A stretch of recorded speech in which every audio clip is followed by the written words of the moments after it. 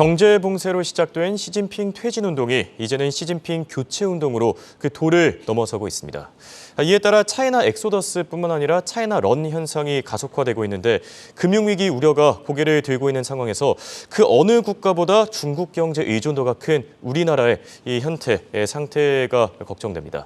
오늘은 이 문제에 대해 알아보겠습니다. 도움 말씀에 한국경제신문의 한상춘 논설위원 나와 있습니다. 안녕하십니까? 네, 안녕하십니까? 네, 오늘 미국 증시 아무래도 중국 사태를 좀 예의주시하는 분위기죠. 네, 우리가 보통 현재 종전의 이론과 규범으로 맞지 않는 것을 노멀 소사이티에 비해서 뉴노멀 소사이티라 부르는데요.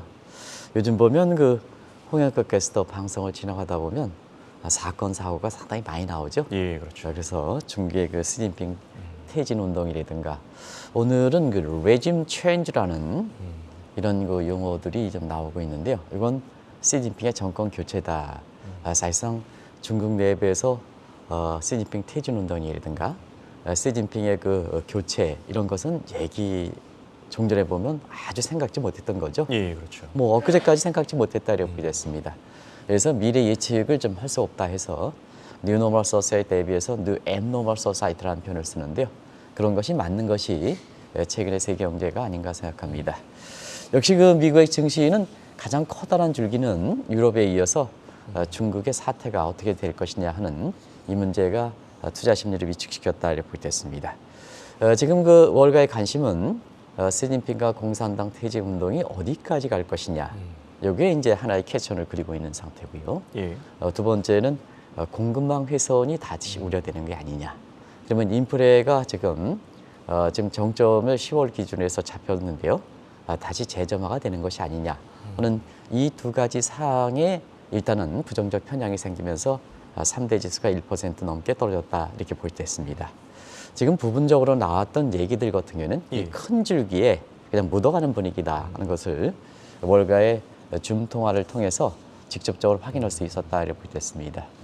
우리가 증시를 해설할 때 사실은 그때 상황에 경제 변수가 얘기됐다 하더라도 전부 증시에 미치는 건 아니거든요. 예. 그런 측면에서 보면 직접 현장 분위기를 우리가 지금 아침 새벽마다 한국경제 미디어 그룹에서 글로벌 마케팅 팀들이 굉장히 고생하고 있습니다는 저희들도 줌 통화를 통해서 직접적으로 현지에 연결해서 분위기를 알거든요. 그런 분위기가 알지 않으면 미국 증시의 모습을 읽기가 상당히 힘들다 이렇게 보겠습니다.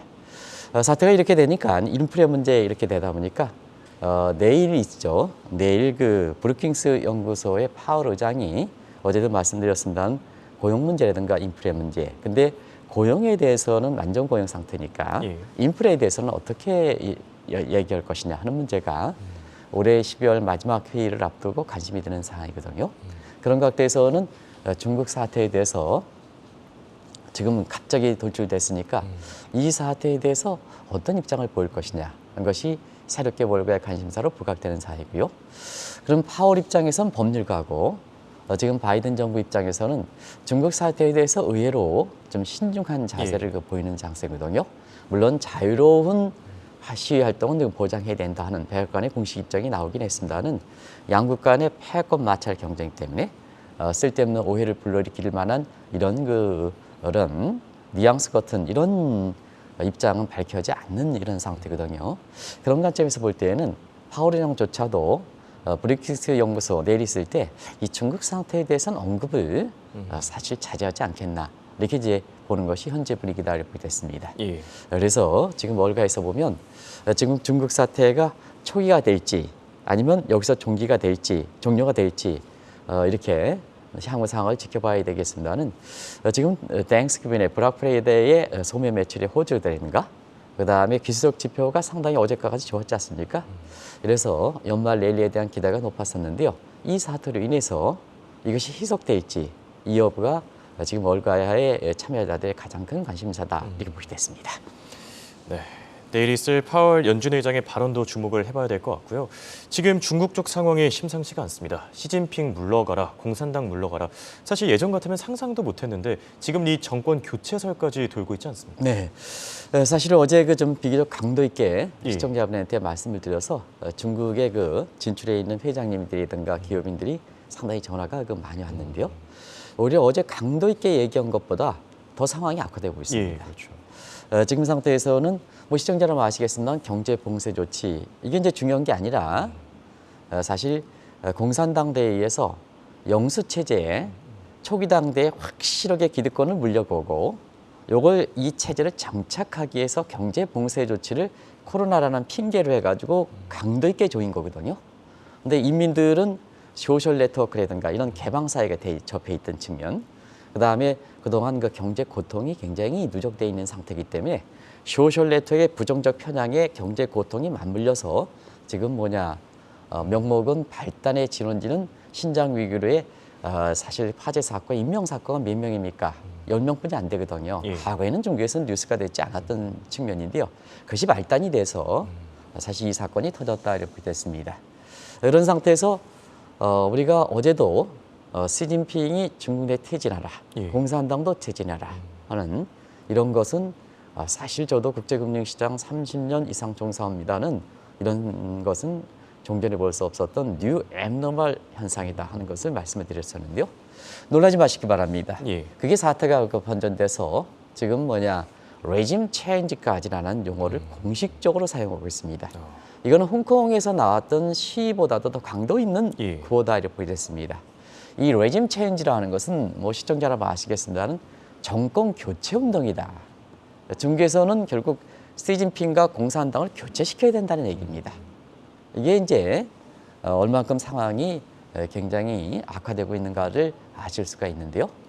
지금 그 레짐 체인지에 또 시진핑 퇴진에 공산당 퇴진에 가장 이렇게 사용하는 것이 백지죠. A4 용지 백지. 아마 시청자 여러분 보셨을 겁니다. 예. 백지에서 아무것도 안 쓰거든요. 아무것도 안 써서 내 자유를 보장하라. 우리는 간섭을 싫다. 규제가 싫다. 봉쇄가 싫다. 하는 의미의 백지를 이렇게 내는 거거든요. 사실상 그렇습니다. 저도 그 과거의 경험이 있기 때문에 이게 어떤 선생님이라든가 이런 게 굉장히 싫으면 제 성격상 그냥 가장 정하려는 게 백지 시험지 내는 거거든요. 예. 그거를 생각하시면 되겠습니다. 즉 이번에 그 운동의 주체가 공산당 체제의 어떤 무서움을 알고 있는 사람이 아니라 20대, 40대 그야말로 소셜 네트워크에서 자유로움을 하고 있는 이런 사람들이 주도하고 있다는 얘기입니다. 이게 무서운 점이거든요. 그래서 백지 시험지를 내는 게 가장 교수에 대해서 저항감을 이렇게 저항하는 거 아니겠습니까? 예, 그렇죠.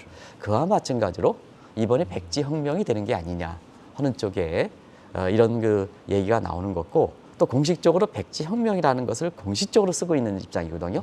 그러니까 경우에 따라서는 천안문 사태보다 뛰어넘는 게 아니냐 하는 이런 우려가 향후의 움직임과 관련해서 주목되는 사항이다 이렇게 보겠습니다. 지금 문제는 이 백지혁명 운동이 중국 내부뿐만 아니라 전 세계적으로 확장하고 있다는데요. 네, 어제까지 이제 중국에서는 상하이, 그 다음에 베이징, 예. 그 다음 우한 정도 이런 정도에서 말씀을 드렸습니다는 사실 오늘 그림이 준비되지 않았습니다는 중국 전역으로 확산되고 있다 이렇게 보겠습니다.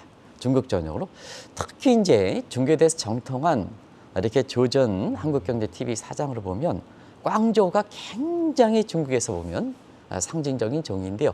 여기까지 확산되는 이런 분위기거든요. 그래서 중국 내부에서는 전역으로 전국 주요 도시로 확산되는 분위기다 이렇게 보겠습니다. 근데 중국 내부만이냐? 이게 소셜 네트워크의 무선점입니다. 하이 커넥션 소사이티, 초연결사에서 보면 중국 내부면이 통제가 어렵다는 얘기입니다. 그러다 보니까 지금 중국 사람들이 세계 곳곳이 나가 있는 상태거든요. 우리나라의 한상대보다 더 많이 나가 있는 이런 입장인데요. 여기까지 연결돼서 런던이라든가 파리라든가 샌프란시스코라든가 홍콩이라든가 서울에서도 고려대학교 같은 경우에서도 이 운동에 동참하는 모습이다. 물론 고려대학교 학생이 그런 게 아니라 고려대학교 소속돼 있는 예. 이렇게 그 유학해 온 중국 학생을 중심으로서 이게 동참하는 분위기다 이렇게 보시면 되겠습니다. 이게 지금의 사태다 이렇게 보시면 되겠는데요.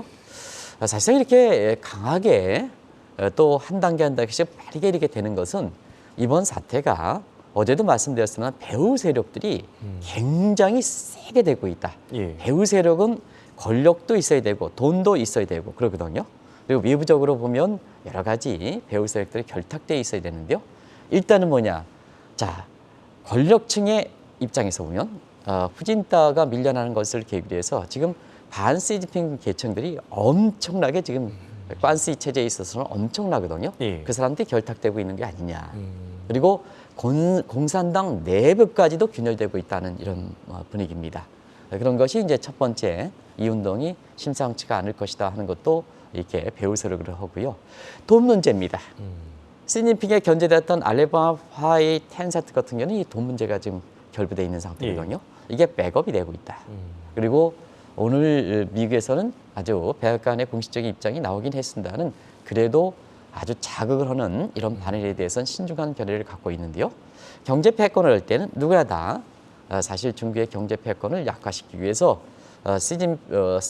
미국이 다시 말하면 바이든 정부가 좀 배후 세력을 개재된 게 아니냐 하는 이게 3층적으로 꽉 있다 보니까 이게 중국이 초기 단계에 강하게 진압하는데도 불구하고 진압 잡히지 않고 오히려 홍콩에 강하게 진압하는 것보다도 진압 정도가 낮다 그럽니다. 지금 평가를 이렇게 보면 예. 이렇게 보면 그런 것이 배후 세력과 결부돼서 이 운동이 이렇게 빠르게 종전에 볼 수 없었던 이런 사태로 진전되고 있다고 보겠습니다. 사실 지금 이 가장 우려되는 거는 이번 사태로 인해서 그동안 좀 꺾이는 듯한 글로벌 인플레이션 다시 늘어나는 게 아니냐 이런 우려 어떻게 생각하십니까? 네, 사실상 오늘 미국 증시에서 보면 블러드 총재라든가 이런 사람의 말이 중요한 게 아니고 예. 바로 이 우려 때문에 미국 증시가 나스닥 지수도 1.5% 빠졌다고 보겠습니다. 블러드 총재의 강한 매파가 가는 것 같은 경우는 우리도 이 시간을 통해서 예. 뭐 채권 금리가 7.2%, 7% 이렇게 해가지고 굉장히 얘기되지 않습니까? 그런 측면에서는 이렇게 중국 사태로 인해서 글로벌 인플레가 다시 재점화되는 게 아니냐 하는 이러한 사실 우려가 미국의 나스닥 지수를 끌어내렸다 이렇게 볼 때 있는데요. 아시겠습니까? 이 문제가 굉장히 중요한 것은 올해 세계 경제라든가 증시는 인플레와 싸움이었죠. 예, 그렇죠. 그래서 아마 올해 10대 뉴스에서는 경제 뉴스에서는 탑으로 올라갈 겁니다. 지금까지 70개국 이상의 금리 인상이 있고 노멀 스텝이 아니라 빅 스텝 0.5% 이상 자이언트 스텝까지 포함해서 이 중에 70개국 이상의 57개국 이상이 빅 스텝을 밟았습니다. 여기는 빅 스텝 이상으로 밟았습니다. 그러다 보니까 이제 자연스럽게 물가는 잡히는 거죠. 그래서 파이낸셜 타임스라든가 무디스 같은 경우는 10월을 정점으로 해서 10월에 글로벌 인플레가 11.2%를 정점으로 해서 인플레 둔화세가 보이는 게 아니냐. 그것이 이전까지 각국 중앙은행의 피벗에 대한 실질적으로 캐나다 중앙은행 피벗을 추진했고 호주도 추진했고 그다음에 12월 달에 피벗에 대한 페드의 기대가 있으면서 세계 증시를 좀 이렇게 연말 랠리까지 기대할 정도로 올랐지 않습니까? 예. 이 기대가 높은 상태에서 중국 사태가 터지다 보니까 어떠냐 하면 결과적으로 보면 공급망이 훼손되는 게 아니냐. 그러면 잡혔던 인플레가 다시 이렇게 재점화되는 게 아니냐. 그러면 각국 중앙은행의 피벗에 추진하거나 피벗에 대한 기대, 투자 심리를 호전시켰던 이 부분이 사실 악화되는 게 아니냐 하는 이런 각도에서 미국 증시에 대해서 선반영되고 있다. 근데 개인적으로 보면 이 글로벌 인플레 정도의 재점화가 예. 사실상 연말 랠리라든가 이런 측면에 대한 기대가 높았던 점을 감안하고 최근에 미국의 기술적 지표가 상향 조정되고 그다음에 블랙 프라이데이에 소매 매출이 좋았던 점을 감안해 볼 때에는 사실은 오늘 이 기대가 꺾였다는 측면에서는 주가가 좀 많이 빠져야 되는데요. 지금 1% 정도 예상 수준에서 그쳤다는 것은 시청자분이 아직까지는 초기 단계인지 아니면 지금 상태에서 봉합될 것인지 봉합되면 이제 좋은 거거든요. 예. 봉합될 것인지 이 측면에서 아직까지 판단이 어려운 상태에서 증시가 비교적 1% 정도에서 그쳤다 이렇게 됐습니다.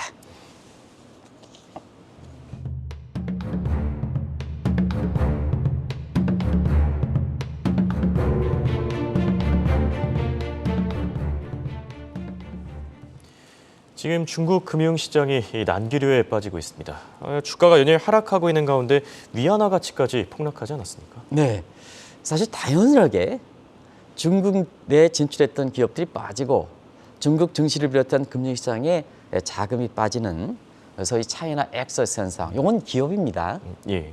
국내 일부 언론에서는 차이나 엑소스와 차이나 현상을 똑같은 현상에 보는데요.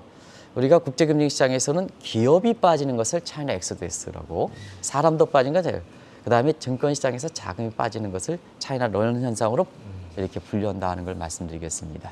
그래서 기업이 빠지고 사람도 빠지고 자금도 빠지다 보니까 자연스럽게 중국 증시라든가 주식도 떨어지고 부동산 가격은 뭐 이렇게 반토막 정도 나는 거죠. 사회주 국가 무서운 게 기득권 세력이 많이 산 지역은 그냥 가격을 확 내려버리거든요. 시장에서 서프라이 디맨드가 있을 때는 가격이 40% 50% 떨어질 때는요. 시간을 걸려야 되거든요. 근데 통제권 경제에서는 그냥 내려버립니다. 우리나라 공시지가다 생각하면 되겠습니다. 공시지가가 그냥 확 내려버리면 되는 거죠. 기득권 세력 이렇게 해서. 그래서 상하이 주택이라든가 그다음에 경우에 따라서는 중개 상업용 건물의 건물이 40% 정도 팍 떨어지는 그런 것이 통제권 있는 경제, 시장 경제 원리가 제대로 작동되지 못한 상태에서 우리나라의 공시지가 같은 경우에는 물론 시장의 같은 경우에 가격을 반영하긴 하지만 공시지가에서는 경우에 따라서는 시장 가격들이 지금 그런 현상이 났습니까? 시장 가격이 낮은데 공시지가를 올리니까 종부세들이 다 올라가지 않습니까? 그래서 이렇게 시장 경제 원리가 작동하지 못하는 중국 같은 경우에는 그런 것 현상이 아주 비일비재하게 발생한다 이렇게 보이겠습니다. 그리고 사실 지금은 위안화 가치가 많이 떨어지는 현상이죠. 그렇죠. 그래서 어제도 중국 주가가 떨어지고 그다음에 중국이라든가 홍콩이라든가 중화경제권의 주가도 떨어지는 이런 상황이 이렇게 받고 있는데요. 위안화 가치가 지금 중국 상하이의 역내 시장, 홍콩의 역외 시장, 그다음에 공시로 관리 변동 환율제이기 때문에 공시로 하는 것도 공시적인 위안화 가치도 떨어지고 있는 상황이다 이렇게 보겠습니다. 결과적으로면 지금 중국의 4분기 성장률은 우리가 지난 그 10월 달에 생산자 물가가 마이너스 1.3% 나왔을 때 요 디플레 우려가 된다 한쪽도 말씀을 드렸었는데요. 결과적으로 이런 현상이 가시되다 보니까 중국의 4분기 성장률이 마이너스가 되는 게 아니냐 하는 이런 우려가 가능성이 높아지는 상황이다 이렇게 보겠습니다. 제 기억으로는 한 달 전쯤에 중국 국민들이 위안화를 공중에 뿌리고 있다라는 표현을 썼었던 것 같습니다. 그런데 최근 들어서 이 시진핑과 공산당 퇴진운동이 진행되면서 더 심해지고 있다 이런 평가들 나오고 있는데 어떻게 해석해 볼 수 있겠습니까? 네, 한 달 전 이상이 될 겁니다. 그때 위안화를 공중에 뿌린다. 어느 시청자분께서 실제로 그러느냐? 실제로 그러기 때문에 그렇습니다. 그런 조짐이 뭐냐? 이와 같은 사태로 연결되기 때문에 가장 먼저 한국경제TV에서 먼저 해설해 드렸던 겁니다. 지금 뭐냐? 지금 법정 화폐인 중국의 공식적인 법정 화폐인 위안화를 공중에 뿌리는 사태를 벌이고 있습니다. 사실 이런 사태인데요. 위안화 같은 경우에는 중국의 공식적인 법정사 아닙니까? 그다음에 중국의 거의 도안을 보면 중국의 공산당이 태어까지 아주 혁명적으로 기여했던 중국의 뭐냐? 지금의 시진핑 세류의 그다음에 공산당 체제에 아주 결정적으로 기였던 상징 인물이 좀 그려가고 있는 상태거든요. 그걸 버리고 오히려 저항세를 중심으로 해서 달러를 사들인다는 얘기입니다. 이게 중국판 달러레이제이션이거든요. 그러면 시청자 한번 보시겠습니다. 자, 시진핑이 더더구나 취임에 위안화 국제화 과제를 위안화 이 좋은 이 위안화를 국제적으로 통용시키자 하는 위안화 국제화 과제를 추진했던 제1선 우선순위로 추진했던 입장이거든요. 근데 그걸 버린다. 근데 경제 패권 다툼이 되는 달러를 사들인다 하면 위안화를 그 인민들이 버리는 것은 또 다른 시진핑과 공산당의 제3의 저항운동으로 이렇게 국제사회에서는 예의주시하고 있다를 보겠습니다. 더더구나 이런 사태에서 자 위안화를 버리다 보니까 위안화 가치가 떨어지죠. 여기에 바이든 정부가 인플레를 잡기 위한 명목입니다는 달러 강세를 주도하다 보니까 결국 달러 강세가 되니까 자 위안화 캐리 자금이 밖으로 이탈되죠. 그러면 중국은 지금 가뜩이나 부동산 문제라든가 이런 거에서 신용 경색이 굉장히 심하지 않습니까? 그렇죠. 돈이 밖으로 나가 어떻게 한편은 저항 세력이 중국을 위안화를 뿌려 위안화 가치 떨어져 자 캐리 트레이드 더 여건 형성돼 바이든은 뭐냐 인플레 잡기 위해서 달러 강세돼. 그래서 중국에서 보면 파지티브 케이 중국에서 밖에서 이탈되는 그러한 여건이 아주 심해진다는 얘기입니다. 그게 차이나 러닝 현상 아니겠습니까? 이런 현상이 되면서 결국은 중국에서 돈이 다 빠진다. 그러면 어떻게 될 것이냐? 중국발 금융위기가 실제 발생 여부와 관계없이 이 퇴진운동, 시진핑 공산당 퇴진운동, 그다음에 레짐 체인지 이렇게 권력 교체 운동과 함께 실제 발생 여부와 관계없이 중국발 금융위기 우려가 지금 나오고 있는 상황이다 이렇게 보겠습니다. 지금 상황이 이렇다 보니까 사실 무서운 소문도 돌고 있습니다. 시진핑 정부가 이 기득권 세력과 그리고 어떻게 보면 이 저항 세력들을 좀 몰아내기 위해서 화폐 개혁을 추진할 것이다. 이런 소문 어떻게 생각하십니까? 네, 화폐 개혁 문제는 시간이 가면 갈수록 한 달 전에도 이제 전해드렸습니다. 시간이 더 한다 이렇게 보여졌습니다. 결국 뭐냐? 자본주의의 맛을 느끼고 있는 상태에서 중국처럼 소득의 양극화가 굉장히 심한 상태에서 사실상 반기득권을 세력화할 때는 결국 뭐냐? 화폐 개혁을 추진하는 겁니다. 과거 고대 역사서부터 가장 뭐냐? 현 체제에서 저 기득권 세력들을 이렇게 어떤 저항 세력을 이렇게 사실 진압하지 못할 때는 마지막 처방하는 것이 화폐 개혁이다 이렇게 보겠습니다. 예. 그래서 이 화폐 개혁에 대한 전조 조짐은 어느 정도 시그널이 보였습니다. 작년 1년 전이죠. 작년 4월로 기석되는데요. 가상화폐에서 전면적으로 지금 그때 반시진핑 세력들이 많이 하려고는 미국에 대해서 어느 정도 유학의 풍물을 갖고 있는 사람들이 이렇게 하는 비트코인을 비롯한 가상화폐 이거에 대해서 전면적인 금지를 조치했거든요. 근데 이게 그 전에 같은 해 2월, 작년 2월 달에 모디의 조치가 똑같은 거거든요. 그러다 보니까 지금 뭐냐 저항 세력과 반시진핑을 이렇게 하기 위해서 초기 단계 시진핑 퇴진운동, 공산당 퇴진운동, 레진 체인지운동 초기에 진압을 하지 못하다 보니까 결국 뭐냐 마지막에 쓸 수 있는 화폐 개혁 문제가 나오고 있다고 보였습니다. 근데 화폐 개혁은 성공한 모델을 써야죠. 예. 그러다 보니까 자 성공한 모델이 2016년에 그때 네로와 간디 체제 이렇게 그 카스트 제도에 의해서 인도도 아주 기득권이 많은 국가입니다.